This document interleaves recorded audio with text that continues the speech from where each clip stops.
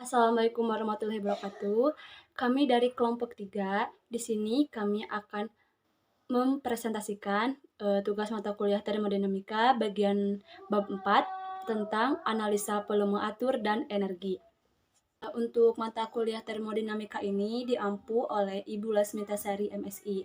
Nah, untuk kelompok 3 beranggotakan 4 orang. Yang pertama yaitu ada Prisma Nurma Herlianti dengan NIM 198222001. Yang kedua ada Anggia Trihapsari dengan NIM 1920010. Dan yang ketiga ada saya sendiri yaitu Sitilia Walia dengan NIM 198222018. Dan yang keempat ada Dewi Septi Nurjanah dengan NIM 198230004. Dan yang kelima yaitu ada Selsa Nakila dengan NIM 198230016. Teman-teman, pada bagian bab 4 ini yaitu kami akan membahas mengenai yang pertama yaitu ada analisa termodinamika volume atur. Yang kedua ada proses aliran steady. Yang ketiga ada beberapa peralatan keteknikan dengan aliran steady, dan yang keempat yaitu ada proses aliran tidak steady. Belum ke pembahasan bab 4, kita akan mengenal terlebih dahulu mengenai termodinamika.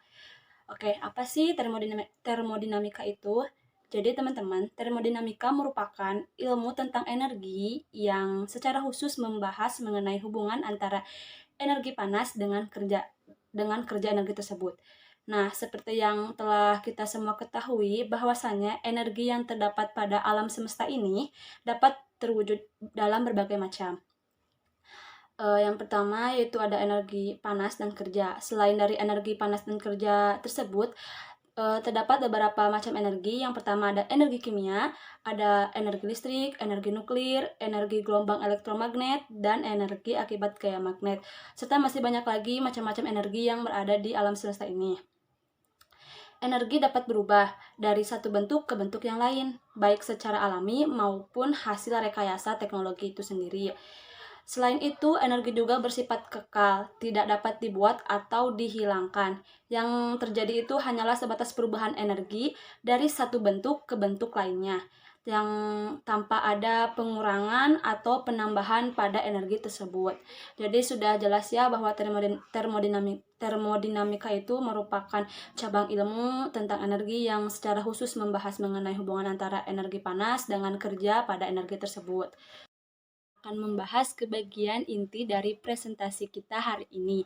Nah, untuk pembahasan kali ini yaitu tentang bab keempat yaitu analisa volume atur dan energi. Nah, ada apa aja sih dalam bab 4 itu sudah kita sebutkan tadi ya sebelumnya.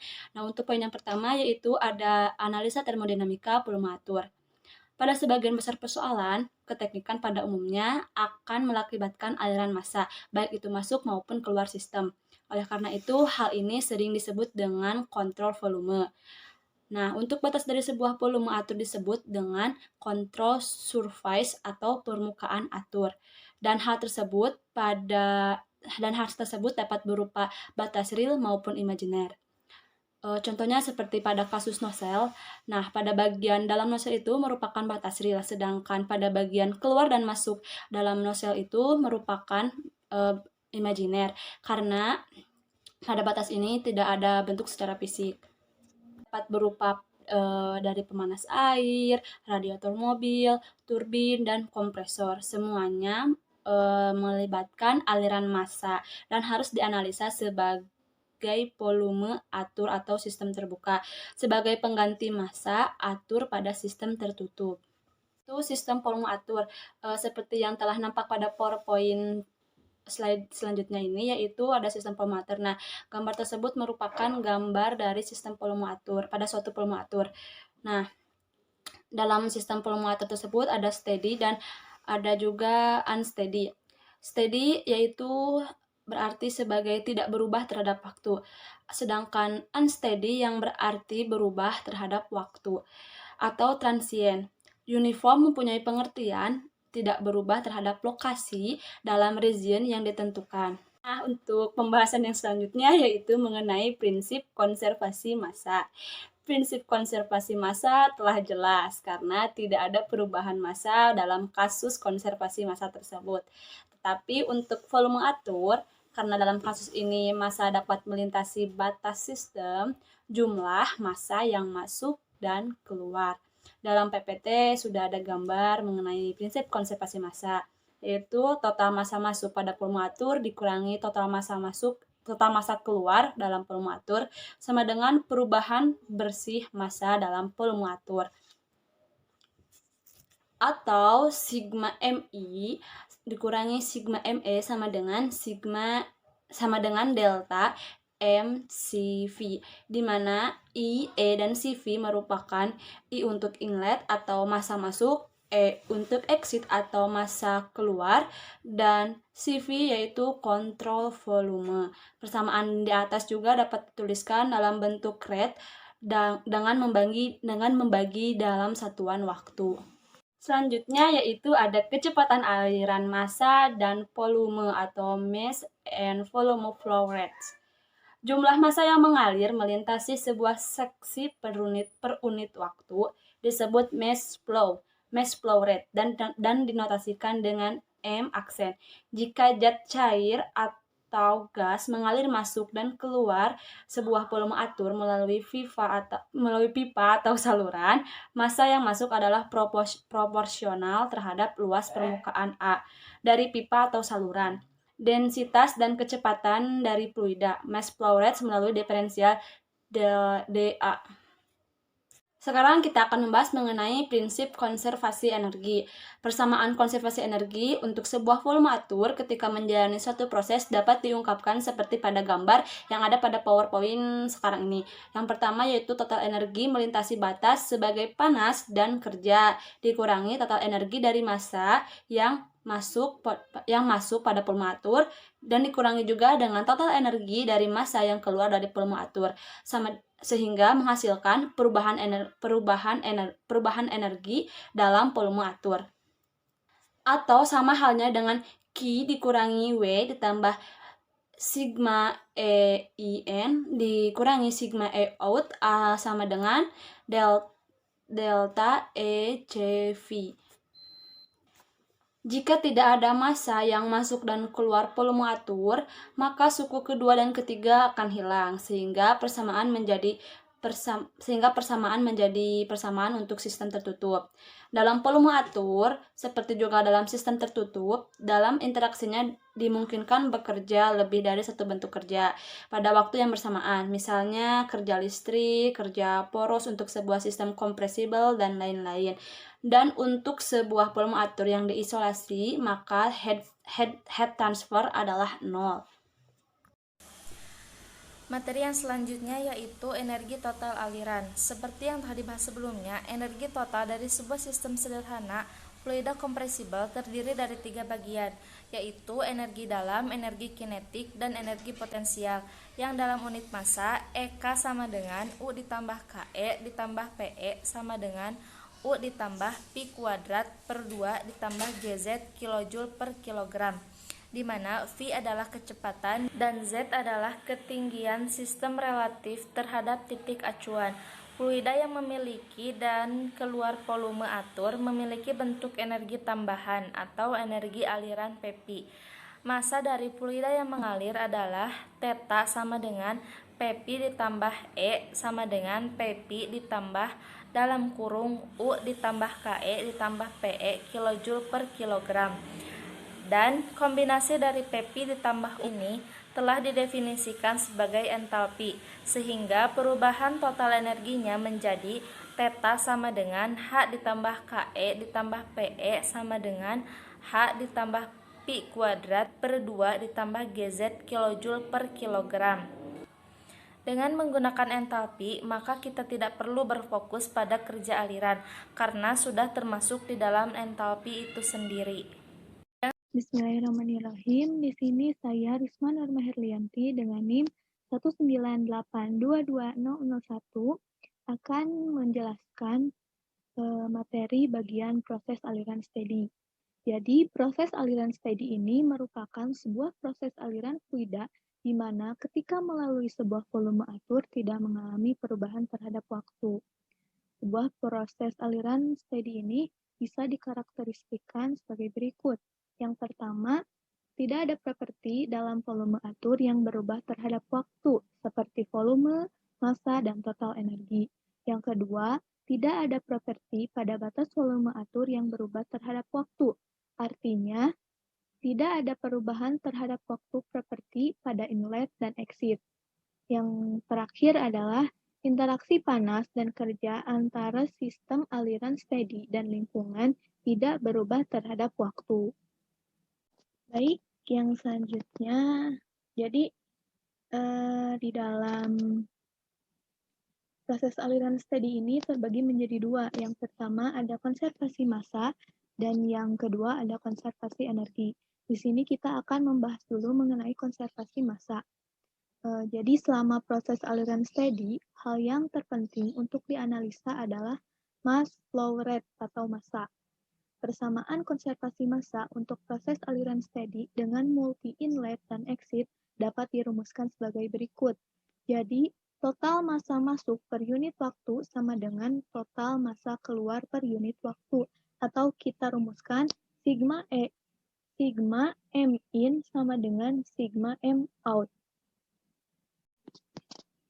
Untuk hampir semua peralatan keteknikan seperti nozzle, diffuser, turbin, dan kompresor, umumnya hanya mempunyai satu aliran, atau hanya satu aliran masuk dan satu aliran keluar, sehingga umumnya hanya disimbolkan dengan subskrip 1 untuk aliran masuk dan subskrip 2 untuk aliran keluar.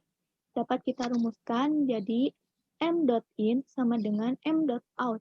Terus kita turunkan kembali rumusnya menjadi Rho 1 dikali V1 dikali A1 sama dengan Rho 2 dikali V2 dikali A2 dengan satuan kilogram per sekon, di mana Rho adalah massa jenis dari fluida, V adalah kecepatan rata-rata fluida di dalam saluran, dan A adalah luas penampang saluran masuk atau keluar. Baik, yang selanjutnya adalah konservasi energi. Telah disebutkan sebelumnya bahwa selama proses aliran steady, total energi dalam sebuah volume atur adalah konstan, sehingga perubahan total energi selama proses adalah 0. Sehingga jumlah energi yang memasuki sebuah volume atur dalam semua bentuk, baik panas, kerja, maupun transfer massa, harus sama dengan energi yang keluar untuk sebuah proses aliran steady. Dapat dirumuskan sebagai berikut.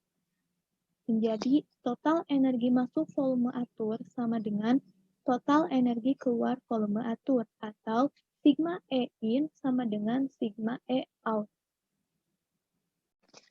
Kita tulis kembali rumusnya menjadi tadi itu total energi masuk volume atur sama dengan total energi keluar volume atur, atau sigma E in sama dengan sigma E out. Nah, kita uraikan sigma E in ini menjadi Q dot in ditambah W dot in ditambah sigma in dikali M dot theta sama dengan Q dot out ditambah W dot out ditambah sigma out M dot theta. Kita turunkan kembali menjadi Q dot in ditambah W dot in ditambah sigma M dot dikali H ditambah V kuadrat per 2 ditambah G dikali Z sama dengan Q dot out ditambah W dot out ditambah sigma out M dot dikali H ditambah V kuadrat per 2 ditambah G dikali Z. Kita turunkan kembali menjadi Q dot dikurangi W dot sama dengan sigma out M dot dikali H ditambah V2 V kuadrat per 2 ditambah G dikali Z dikurangi sigma in M dot dikali H ditambah V kuadrat per 2 ditambah G dikali Z. Q dot di sini adalah kalor dan W dot di sini adalah kerja. Sedangkan H di sini adalah entalpi dan V kuadrat per 2 adalah kinetik, dan G dikali Z adalah energi potensial. Untuk peralatan yang mempunyai satu aliran keluar dan masuk serta kondisi aliran dalam steady, maka didapatkan Q dot dikurangi W dot sama dengan M dot dikali H2 dikurangi H1 ditambah V2 kuadrat dikurangi V1 kuadrat per 2 ditambah G dikali Z2 dikurangi Z1. Oke, di slide selanjutnya saya akan menjelaskan beberapa peralatan keteknikan dengan aliran steady. Yang pertama ada nozzle dan diffuser. Nozzle dan diffuser pada umumnya digunakan pada mesin jet, roket, pesawat, udara, dan lain-lain.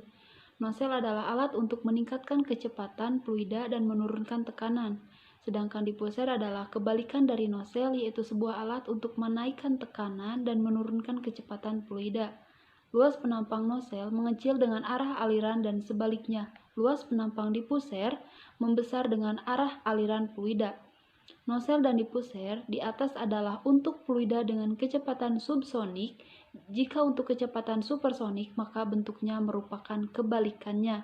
Bisa dilihat pada gambar bahwa nozzle dan diffuser itu adalah kebalikan dari satu sama lainnya. Lanjut, asumsi umum untuk nozzle dan diffuser. Yang pertama, nozzle. Aliran steady atau tunak artinya adalah kondisi di mana komponen aliran tidak berubah terhadap waktu. Yang kedua, adiabatik adalah proses yang muncul tanpa perpindahan panas dan massa antara sistem dan lingkungannya. Yang ketiga, ada perubahan energi potensial diabaikan karena bentuk reaktifnya kecil. Yang keempat adalah PE lebih besar dibanding VI. Yang kelima adalah PE kurang dari PI. Yang kedua ada diffuser, sama halnya dengan nozzle, di mana aliran steady atau tunak adalah kondisi di mana komponen aliran tidak berubah terhadap waktu.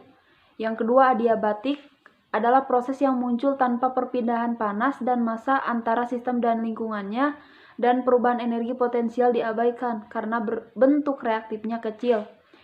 Perbedaan dari nozzle dan diffuser dilihat dari sininya ya, bahwa VE kurang dari PI sedangkan PE lebih besar dari PI.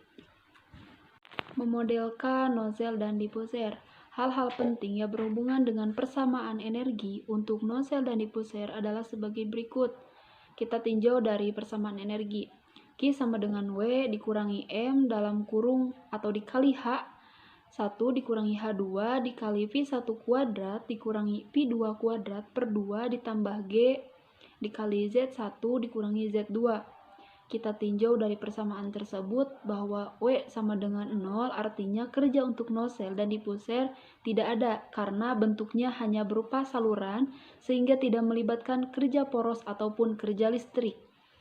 Yang selanjutnya, Pi tidak sama dengan 0, artinya kecepatan yang terjadi dalam nozzle dan diffuser adalah sangat besar, sehingga perubahan energi kinetik tidak bisa diabaikan. G dikali Z1 dikurangi Z2 sama dengan 0. Pada umumnya, perbedaan ketinggian ketika fluida mengalir melalui nozzle dan diffuser adalah kecil, sehingga perubahan energi potensial dapat diabaikan. Q sama dengan 0, artinya rate perpindahan panas antara fluida yang melalui nozzle dan diffuser dengan lingkungan pada umumnya sangat kecil. Bahkan meskipun alat tersebut tidak diisolasi, hal tersebut disebabkan karena kecepatan fluida yang relatif cepat. Sehingga persamaan energi untuk nozzle dan diffuser adalah sebagai berikut, yaitu H1 dikurangi H2 ditambah P1 kuadrat dikurangi P2 kuadrat per 2. Yang selanjutnya atau yang kedua mengenai turbin dan kompresor. Dalam pembangkit listrik tenaga uap, gas, dan air, alat yang menggerakkan generator listrik adalah turbin. Ketika fluida mengalir melalui turbin, maka kerja akan melawan sudu yang tertempel pada poros. Sebagai hasilnya, poros berputar dan turbin menghasilkan kerja. Kerja yang dihasilkan turbin adalah positif karena dilakukan oleh fluida. Kompresor sama seperti pompa, kipas, dan blower adalah alat untuk meningkatkan tekanan fluida. Kerja harus disuplai dari sumber eksternal melalui poros yang berputar. Karena kerja dilakukan kepada fluida, maka kerja pada kompresor adalah negatif.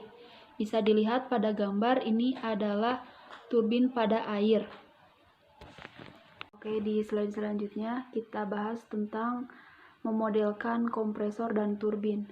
Untuk turbin dan kompresor, hal-hal penting yang berhubungan dengan persamaan energi adalah sebagai berikut. Sama seperti Nusselt dan Diepkloof, yaitu Q dikurangi W dikurangi M dikali H1 dikurangi H2 dikali F1 kuadrat dikurangi F2 kuadrat per 2 ditambah G dikali Z1 dikurangi Z2. Kita tinjau dari persamaan berikut. Q sama dengan 0, artinya perpindahan panas pada alat tersebut umumnya kecil jika dibandingkan dengan insentif, sehingga dapat diabaikan. W tidak sama dengan 0. Semua alat ini melibatkan poros yang berputar. Oleh karena itu, kerja di sini sangatlah penting. Untuk turbin, W atau kerja menunjukkan output power, sedangkan untuk kompresor dan pompa, W menunjukkan power input.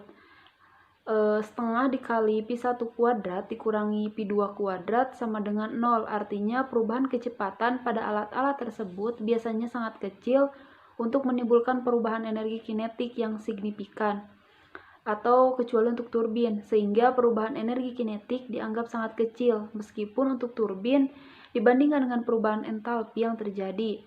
G dikali Z1 dikurangi Z2 sama dengan 0. Pada umumnya alat-alat tersebut bentuknya reaktif kecil, sehingga perubahan energi potensial dapat diabaikan. Sehingga persamaan energi untuk kompresor dan turbin adalah sebagai berikut, yaitu W sama dengan M dikali H1 dikurangi H2. Untuk kompresor dan turbin ini ada catatan ya, bahwa untuk kompresor dan pompa ini sama dengan turbin, tetapi beda tanda positif atau negatifnya. Oke, selanjutnya asumsi umum untuk turbin, kompresor, dan pompa. Yang pertama, turbin, di mana aliran steady atau tunak, yaitu adalah kondisi di mana komponen aliran tidak berubah terhadap waktu. Yang kedua, adiabatik adalah proses yang muncul tanpa perpindahan panas dan massa antara sistem dan lingkungannya. Yang ketiga, perubahan energi potensial diabaikan karena bentuknya reaktif kecil. Yang keempat, perubahan energi kinetik diabaikan. Kenapa? Karena perubahan kecepatan pada alat-alat tersebut biasanya sangat kecil untuk menimbulkan perubahan energi kinetik yang signifikan, kecuali untuk turbin, sehingga perubahan energi kinetik dianggap sangat kecil atau diabaikan. Yang kelima, PE kurang dari PI. Yang kedua ada kompresor dan pompa. Sama halnya seperti turbin, bahwa aliran steady atau tunak adalah kondisi di mana komponen aliran tidak berubah terhadap waktu. Yang kedua, adiabatik adalah proses yang muncul tanpa perpindahan panas dan massa antara sistem dan lingkungannya. Yang ketiga adalah perubahan energi potensial diabaikan karena bentuk reaktif kecil. Yang keempat, perubahan energi kinetik diabaikan karena perubahan kecepatan pada alat-alat tersebut biasanya sangat kecil untuk menimbulkan perubahan energi kinetik yang signifikan, kecuali untuk turbin tadi, sehingga perubahan energi kinetik dianggap sangat kecil atau bisa juga diabaikan. Yang kelima, Fe lebih besar daripada Fi. Selanjutnya yaitu katup cekik. Katup cekik adalah sebuah alat yang aliran fluidanya diberi halangan sehingga menimbulkan penurunan tekanan yang signifikan. Misalnya, katup-katup umum, tabung-tabung kapiler, hambatan berpori atau porous, dan lain-lain. Alat-alat tersebut umumnya relatif kecil dan aliran yang melalui anggap adiabatis atau Q sama dengan 0. Jadi tidak ada kerja yang terlibat, maka usahanya adalah sama dengan 0. Perubahan energi kinetik sangatlah kecil ke sama dengan 0, maka persamaan energinya menjadi H2 sama dengan H1, U2 ditambah P2 dikali Pi2 sama dengan U1 ditambah P1 dikali P1. Oleh karena itu, peralatan tersebut umumnya disebut dengan alat isoentalpi. Bismillahirrahmanirrahim. Baik, selanjutnya saya akan menjelaskan poin D, yaitu mixing chamber. Nah, mixing chamber ini merupakan sistem termodinamika tipe terbuka yang biasanya itu digunakan untuk mencampur lebih dari satu aliran fluida. Contoh sederhananya adalah T-elbow untuk mencampurkan panas dan dingin. Nah, bisa dilihat pada gambar. Di sana terdapat sebuah shower. di mana dalam shower itu terdapat T-elbow, contoh dari mixing chamber. Nah, bisa dilihat ada di sana ada aliran fluida berupa hot water atau air panas, dan juga terdapat aliran fluida cold water atau air dingin. Nah, di si T-elbow ini, di tengah-tengahnya itu dapat dilihat pada gambar, nah terjadi percampuran antara si air panas dengan air dingin, sehingga menghasilkan air yang hangat dari shower tersebut. Nah, si T-elbow itu merupakan salah satu contoh dari mixing chamber. Nah, kemudian mixing chamber ini biasanya diisolasi sempurna dan tidak melibatkan kerja, serta energi kinetik dan energi potensialnya itu dapat diabaikan, sehingga persamaan konversasi massa dan energi pada aliran steady-nya itu dapat disimpulkan sebagai berikut.